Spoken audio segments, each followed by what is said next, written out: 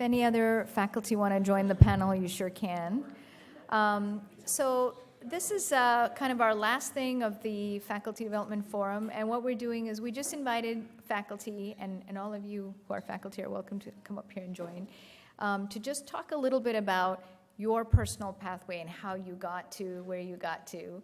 And if anyone has any questions, I know you've heard a bunch of different talks during the day, and maybe you have a question from like the second talk or the first talk or third talk, whatever. Or if you just had questions about how did you get here. So what we thought we'd do is just give each of our faculty, a little bit of time just to talk about how they got to where they are, and then people can ask questions. Who would like to start? We always start right. Yeah, that's what I heard too. We were catching up. I didn't even listen to what he said.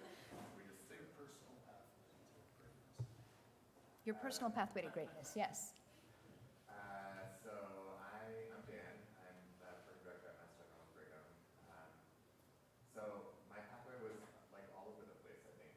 And I actually finished residency and went to a place that was talking about starting an EM residency program. So it took a little bit of a leap of faith and then watched that hospital go bankrupt and had to refine my way back into an academic program. And so did the PD and APG thing for a while, then became a vice chair of education. And then as I was in that role, realized more and more that what brought me the most kind of joy and fulfillment was kind of the mentorship relationship with residents and trainees, and took a leap of faith and actually left where I had been for 14 years in New York City and moved back to Boston where I had trained to be the PD, and sort of gave up the title, quote unquote, to do what I was hopeful would bring me is, don't worry, vice chair is okay. It's bringing me significant fulfillment to sort of being back in that role. That's a very abbreviated version of many jobs along the way. I went to med school in Chicago, I went to residency in Stanford, I went back to Chicago, worked at Northwestern, I went back to Stanford to work now. So that's been my path. And it really has all been around medical education. I was APD for 7 years and PD for 7 years at Northwestern, and now I'm in a vice chair role, vice chair of education role at Stanford. So my whole career has been medical education research. Probably the most interesting part of all the journeys, just seeing how my professional identity changed along the way. So from new attending to continuing to be really now not just medical educator, but medical education researcher. I feel like it's kind of niche. I started a med lab, so I run the precision education assessment research lab at Stanford, which again I think is kind of a niche area. So yeah, so kind of differentiate myself. And Twitter. Yeah. Thanks. And I retweeted him today, so he's so street people. And I aspired to be Meta. I thought that earlier when you were talking about it. So I'm Tracy Sampson. I started out, I trained in Chicago, University of Illinois, and then I had a military payback, so I was in the Air Force as vice chair and education director for the EM program there. And then separated from the Air Force and moved to Florida for what I thought would be maybe a year, because my twin lived there, and 6 years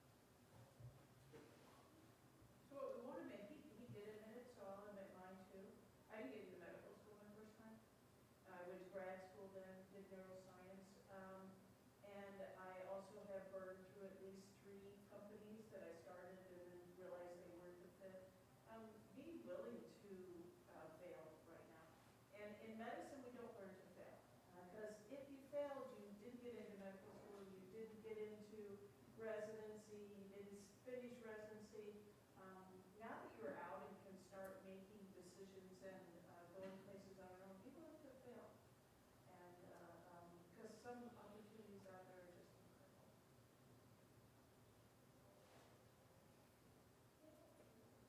Anybody have any questions for any of our panelists?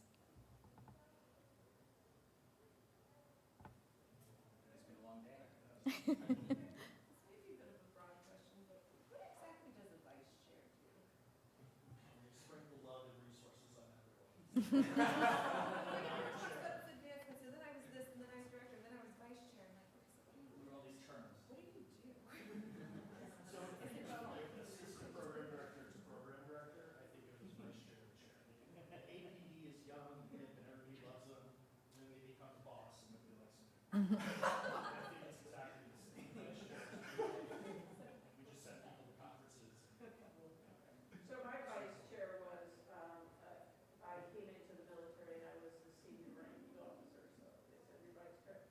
And so, you learn things like budgets and stuff. You don't have the ultimate decision making because there's a chair above you, or in the military there was always somebody that outranked you. But I think you do learn management, organizational skills, people skills, because I think the vice chair gets a lot of the, okay, can you just handle this when it has anything to do with a person?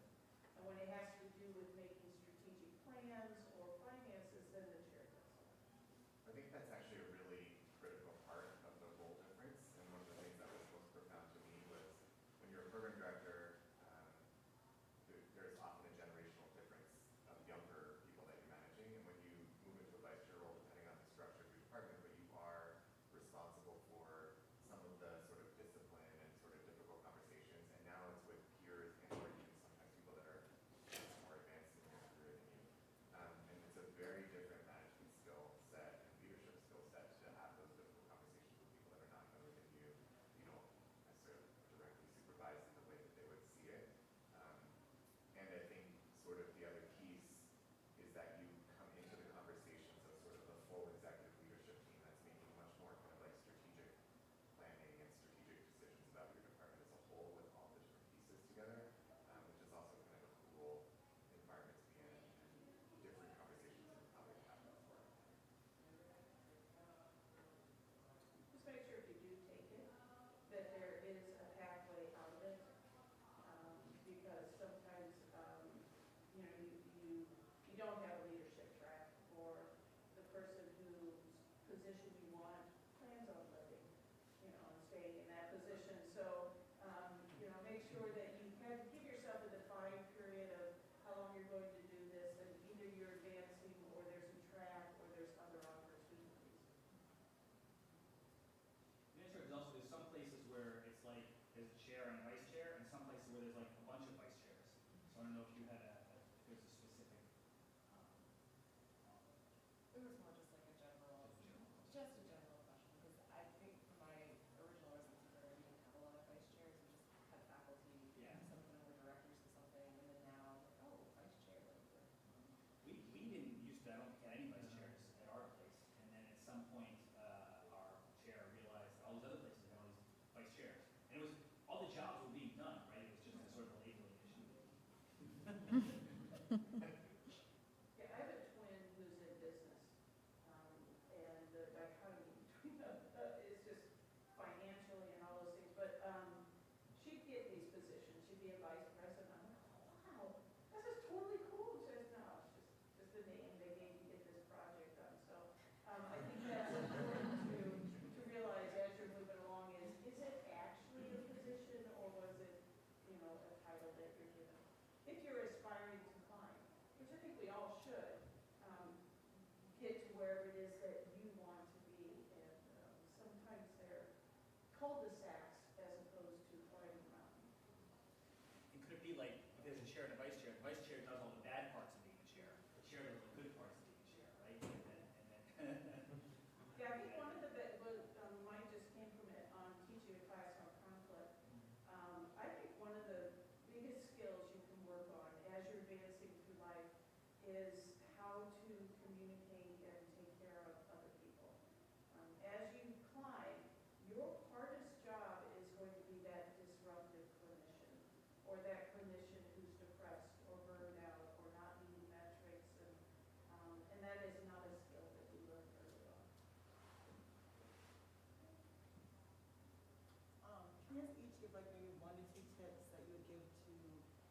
talk about this all day, but to early clinicians for things that you wish you knew or ways that we can now like, maximize our well-being and our mindfulness and health that you wish that you knew maybe 20, well, 5, 10 years ago or whatever. I could share a story.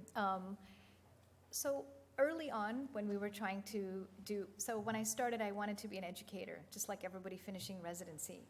And even getting my first job was really difficult because it was my husband and I, and we had all these criteria, and we had parents and children and such. Everywhere we went, they wanted him, and then with me, they were like, well, you're not graduating for 18 months, so we can't really promise you a job. So finally, we end up at Mayo. I get there, all the education jobs are taken, and no one is more than 40.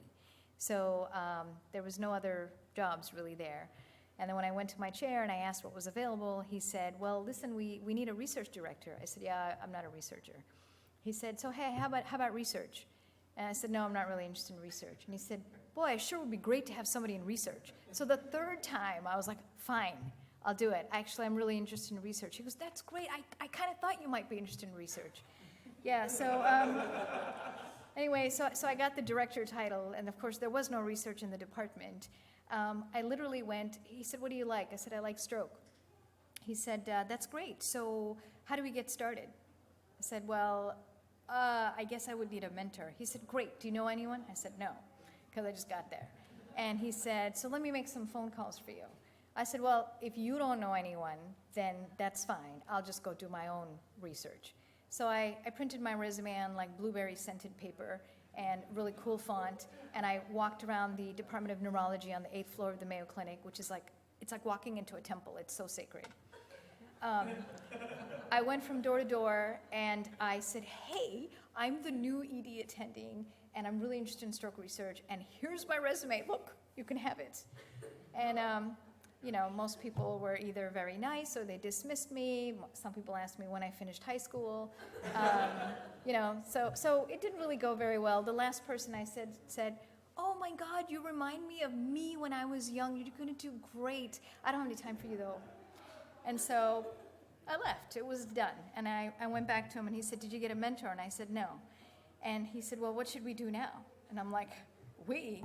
Okay, anyway. So I decided that the reason no one was taking me seriously, or us, or our department for that matter, was because we didn't have any NIH funding. So I said, I'm just going to go get myself an NIH grant, right? Then people will take me seriously.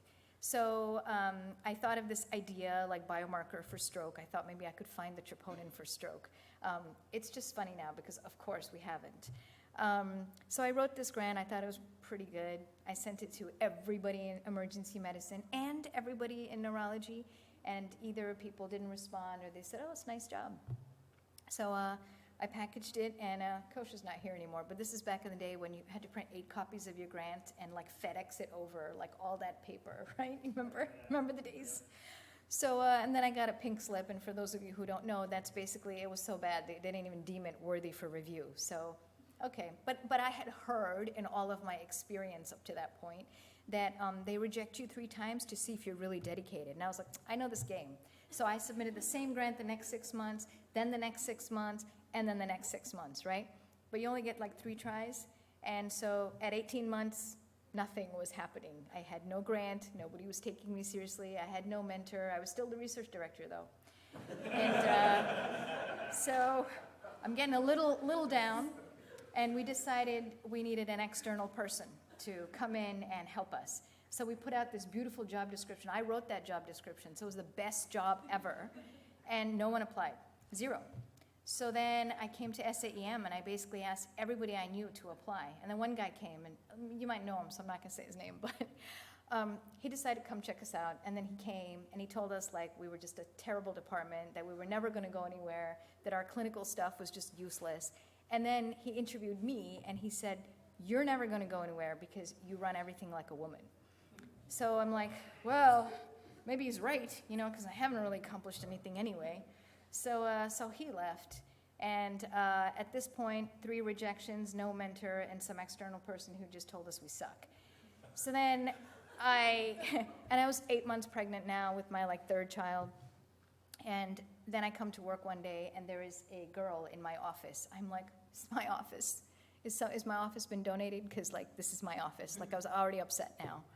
And she says, oh, hi, I'm Rachel. I'm like, yeah, and how can I help you? And she goes, I'm your research fellow. I'm like, okay. I'm like, okay, just please step aside for a second. I look at my email. I have to scroll all the way down to find out what's going on. And basically what it was is this girl had applied to our residency program. She didn't match. Her husband was already coming to Mayo Clinic because he had a cardiology fellowship. So she was basically going to help out in the department. And my chair thought it'd be great if I could have a research fellow. So that's how I inherited my research fellow. But I was super upset about it. So I said, I'm sorry there's been an error, but I will rectify it. So please have a seat, and I will come back to you. So I just marched right into my chair's office because I was going to let him have it at that point. Like, I was so upset. Fortunately, he wasn't there. That was really good for my career. I come back and I said, all right, Rachel, listen, I'm not a researcher. I'm a failure. I've accomplished nothing. And, like, if you just hang out with me, you will too be a loser. And she literally came from Ireland, right? So, like, this is her first time in America. So, like, talk about a welcome. And I said, but listen, I'm not going to waste your time. I'm going to find you a new mentor. Not that I had one myself, and I'd already been to the So I told her, let's come up with a project. So why don't you settle in, and we meet tomorrow. So by the time I met her the next morning, I printed all the papers I could find on hyperglycemia and stroke. And I said, let's write a little review paper. And when I come back from maternity leave, we can, we can talk about it. So I come back from maternity leave 2 weeks later. And as soon as I enter, she said, I need to speak first. I'm like, wow, insubordination. Like, I thought I was the fellowship director. Like, I'm the boss, so I speak first. She goes, nope, I need to talk first. I'm like, fine, go ahead. She goes, I know what you're going to say. I said, okay. And she goes, I'm not going anywhere. She says, I'm sticking with you, and we're going to do this fellowship together.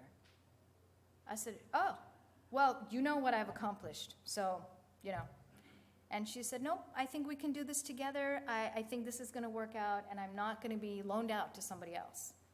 I'm like, all right, fine, suit yourself, because I was annoyed. And after I had to get over that, because she wouldn't leave. She was like sitting in my office. I had nowhere to go. If I go home, my dad tells me to come back to the office. So I was like, okay, we'll come up with a project, and that's actually when we came up with our blood pressure and stroke project. And I told bits of this story earlier, but long story short, we ordered all the charts from Mayo Clinic, like 300 of them. They're like paper charts. You have to go through them. You have to actually make your Excel sheet and figure out what variables. We did all that. Like I said before, we had already asked for input. Nobody gave us any input. Nobody told us we should look at stroke severity, which is like totally basic. But when we fixed it and then our paper got published, the kinds of things we heard were, wow, I can't believe they took that paper. That's crazy. And then when we submitted it to as an abstract for American Academy of Neurology, we got a platform presentation, which is like basically an oral presentation. And we were really excited because we thought, we're going to San Francisco, right? But what we heard from other people, or what the other people said, were the abstract reviewers were soft this year, can't believe that got in, oh my God, like somebody must have had an oversight, or like, do you know somebody on the committee? But all we heard, because we were young, is we are going to San Francisco, and we just kept with that. And so we went, we presented it, and I think, this is a very long-winded answer to your tips question, but I think the tips I would say is, don't let other people put you down, and you should definitely never put yourself down. Don't put yourself down, because why? Other people do it for free anyway. And I think if you are just focused on what you are doing and not worry about all the negative people out there, I think it goes a long way. It's a lot easier to do when you're younger than when you're older. I think now I have a lot less patience and a lot less tolerance. But when I was young, I said, oh, that's good. So what are we going to wear when we get there? Because I didn't really care about being told the abstract was accepted for some nefarious reason. And where is Rachel now? Rachel is in Ireland. She's a mother of 4, and she flies to Mayo Clinic to do shifts. And she says the best year of her life was her research fellowship year, to this day. Yep. That was like airway stories, but for academics. So the two things that I'll say is one,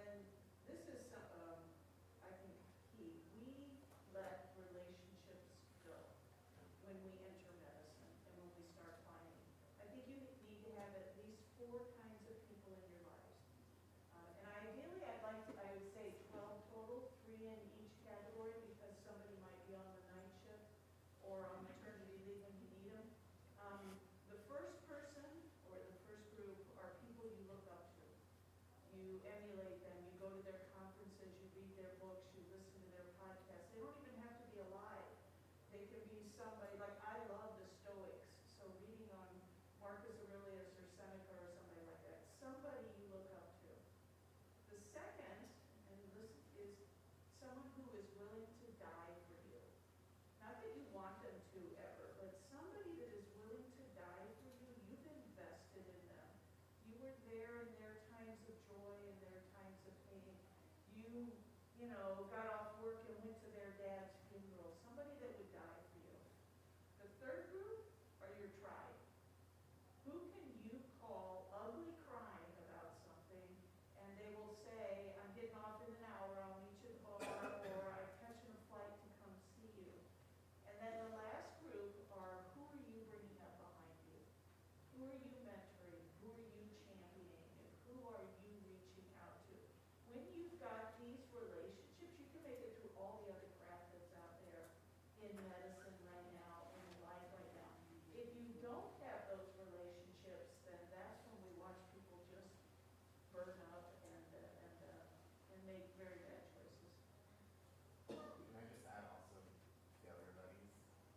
I think we talked a little bit, but like intermittently we fail and intermittently we have bad code reviews and all those things, but to have the people that you can go to and just admit that you failed at something and have them be a sounding board for you and a sort of source of comfort is really helpful.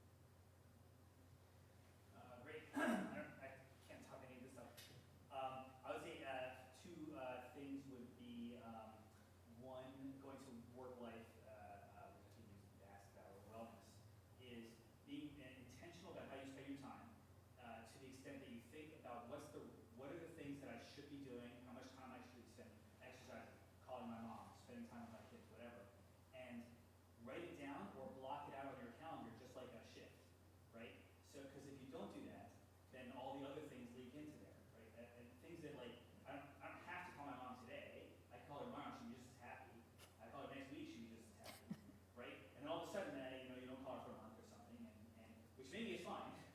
But if it was important to me, that's how you make it, and that's how you sort of force, and that's how you intentionally force yourself to do the things that you want to do. And then also crowds out the other things that you would otherwise sign up for, because you'll all find out you get invited to do awesome things, and if you did all the awesome things that you could do, you would never have time for all the other things. So at some point, you're going to not have time to do something you would love to do and would be so awesome, but you can't because it's time to call your mom. And it says so right on my calendar. Right? And so that would be my first thing. And the second one, echoing a little bit of what was said about don't take admin roles too early. That earlier in your career, think about what's your thing, something that you're going to be great at. It's going to be, maybe you're going to be a wilderness person, or you want to be really focused on public policy or whatever. Figure out what that is, do that, and don't do things that aren't that. It doesn't fit in what even if it's awesome, and somebody invites you to join some super great project you would totally love, and you gotta say, that's not gonna be my thing, and not do it. Because that's what gives you the time and cognitive space to think of the other thing that you would have done with that time, right? Which is in your space. So those are my I learned that early on. It was called Moving the Rock. You figure out what your rock is right now. And it could be ultrasound administration, could be starting a family, could be running a marathon, climbing the Himalayas. Whatever your rock is right now, you've decided. Not somebody else, you. And then every decision either moves that rock or it doesn't get done. And so like if your rock right now is to run a marathon, then if somebody comes and says, we're going out drinking tomorrow night, you like, that doesn't move my rock. And it makes that decision very easy. And the same is true when you're advancing. If say your idea was to become program director, then being on the P&T committee probably is not going to move that rock, whereas a different committee might. And so it really helps make those decisions. I wanted to say something about relationships. I definitely think that being in medicine and in academic medicine in particular takes away so much time, and so your relationships do suffer. And I think it was Dr. Shaw who said that it just kind of crowds out all of your family time and such. One of the ways I have found for it, it to work for me is, I mean, you guys know I have 5 kids. I have always involved my children in my academic work, and to this day. I mean, my youngest is 7, and when we teach Stop the Bleed, she is the one who makes all the limbs. She carves out, the wound, she puts the Mepilex dressing, she cuts it out, and then she puts the tempera-repair paint to make it look like, it's bleeding. But she thinks it's great, and she talks about it at school. My high schoolers teach CPR. We have a nonprofit that teaches CPR, and that's what they do in the community. And it's not, they don't have to go into medicine, but it is what I like doing, so I bring them into my fold. And I was telling somebody earlier, my second son, who's actually published a ton of work and presented at SAEM a few years ago, doesn't want to go into medicine. But that time that he spent with me doing all of those research projects and papers and going with me to the ER, working night shifts and stuff, it really gave us a really nice relationship because he appreciates and knows firsthand what I do.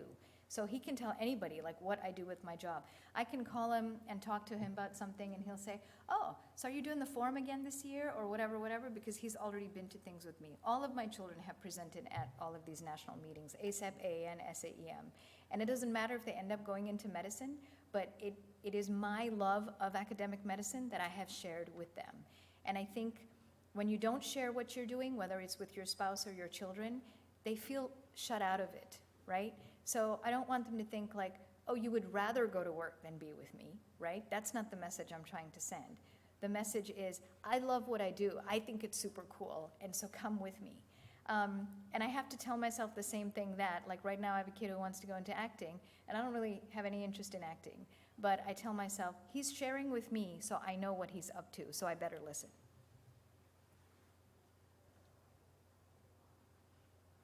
All right, well, if no one has any questions, I know it's been a long day, and you have been an amazing audience. We've come up with some new ideas for like next year, so if anybody wants to come back next year, we hope we can see you. If you've signed the list, I will definitely email you guys so everybody has everyone else's contacts. I know a lot of people wanted to publish. I know a lot of people had questions about different things.